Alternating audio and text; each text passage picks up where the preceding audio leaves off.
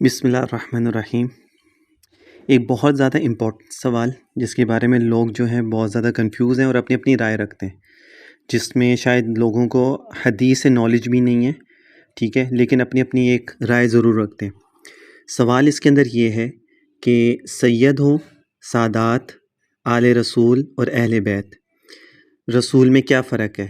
یعنی سید، سادات، آل رسول اور اہل بیت رسول میں کیا فرق ہے، اور ان میں کون کون شامل ہیں، اور صحابہ رسول اور اہل بیت رسول میں مرتبہ کس کا بلند ہے، یعنی صحابہ کا ہے یا اہل بیت کا ہے؟ کیونکہ بعض حضرات صحابہ کا درجہ بلند کرتے ہیں اور بعض لوگ جو ہیں وہ اہل بیت کا کرتے ہیں۔ یہ سوال ہے، ٹھیک ہے۔ کوشش میری ہے کہ میں آپ لوگوں کو حدیث کے ذریعے سے بتا دوں تاکہ آپ لوگوں کو ایک کنفیوژن اگر کسی کو ہے تو وہ دور ہو جائے گی۔ سید کے مصداق وہ لوگ ہیں، یعنی سید وہ لوگ ہیں جو حضرت علی، حضرت جعفر، حضرت عباس اور حضرت عقیل اور حضرت حارث رضی اللہ تعالیٰ عنہ کی اولاد میں سے ہیں۔ ان سب پر صدقہ جو ہے وہ حرام ہے، ان پر صدقہ نہیں لگتا۔ اور اہل بیت سے مراد ازواج مطہرات اور آپ صلی اللہ علیہ وآلہ وسلم کی آل و اولاد اور داماد یعنی حضرت علی رضی اللہ تعالیٰ عنہ شامل ہیں۔ اچھا، اس کے اندر جو ہے نا حضرت مفتی شفیع صاحب نور اللہ مرکزہ معارف القرآن جو ان کی تفسیر ہے، اس میں لکھتے ہیں کہ بعض ائمہ تفسیر نے اہل بیت سے مراد صرف ازواج مطہرات کو قرار دیا ہے۔ حضرت اکرمہ اور مقاتل نے یہی فرمایا ہے، اور حضرت سعید بن جبیر نے حضرت ابن عباس سے بھی یہی روایت نقل کی ہے۔ انہوں نے آیت میں اہل بیت سے مراد ازواج مطہرات کو قرار دیا ہے، اور اس استدلال میں اگلی آیت پیش فرمائی ہے، آیت وَاذْكُرْنَ مَا يُتْلَىٰ فِي بُيُوتِكُنَّ، یہ آیت ہے، ٹھیک ہے نا۔ اور سابقہ آیات میں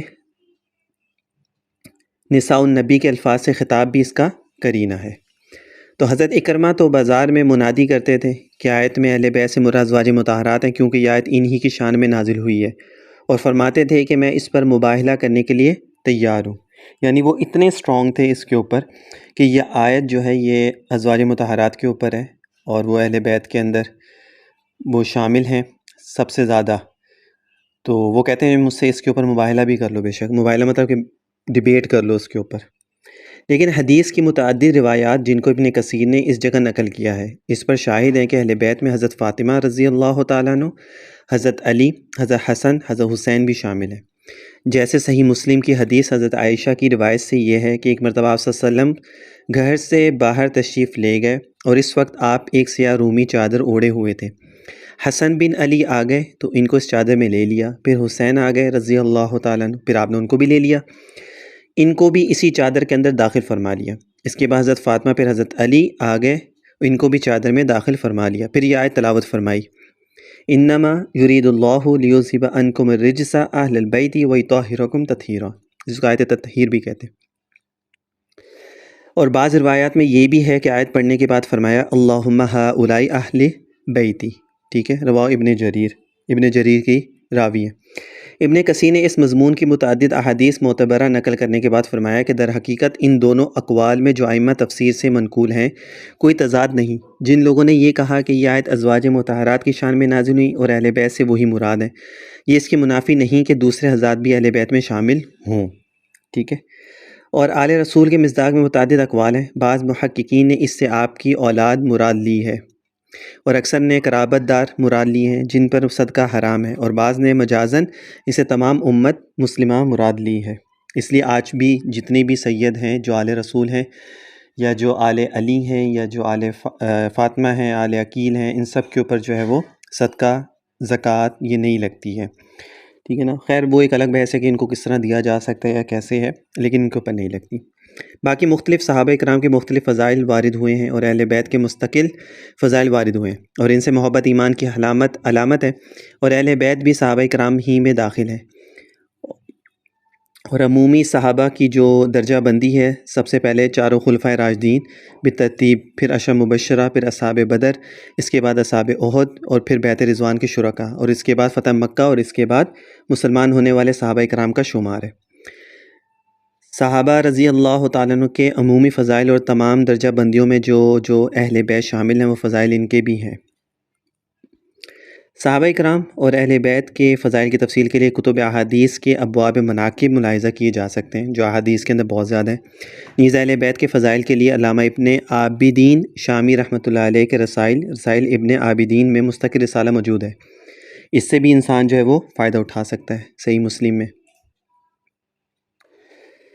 حضرت زید بن ارقم رضی اللہ تعالیٰ عنہ فرماتے ہیں کہ آپ صلی اللہ علیہ وسلم نے ایک دن مقام غدیر خم پر جو کہ مکہ مدینہ کے درمیان ہے خطبہ دیا، چنانچہ اللہ تعالیٰ کی حمد و ثنا اور واضح نصیحت فرمائی، پھر فرمایا اما بعد، آگاہ رہو اے لوگوں، میں بھی ایک انسان ہوں، ممکن ہے کہ میرے رب کا پیغام رساں موت کا فرشتہ میرے پاس آئے تو میں اس سے لبیک کہوں، اور میں تم میں دو بہت اہم اور بھاری چیزیں چھوڑ رہا ہوں۔ پہلی چیز کتاب اللہ ہے، اس میں ہدایت اور نور ہے، لہٰذا اللہ کی کتاب کو پکڑ لو اور مضبوطی سے تھام لو۔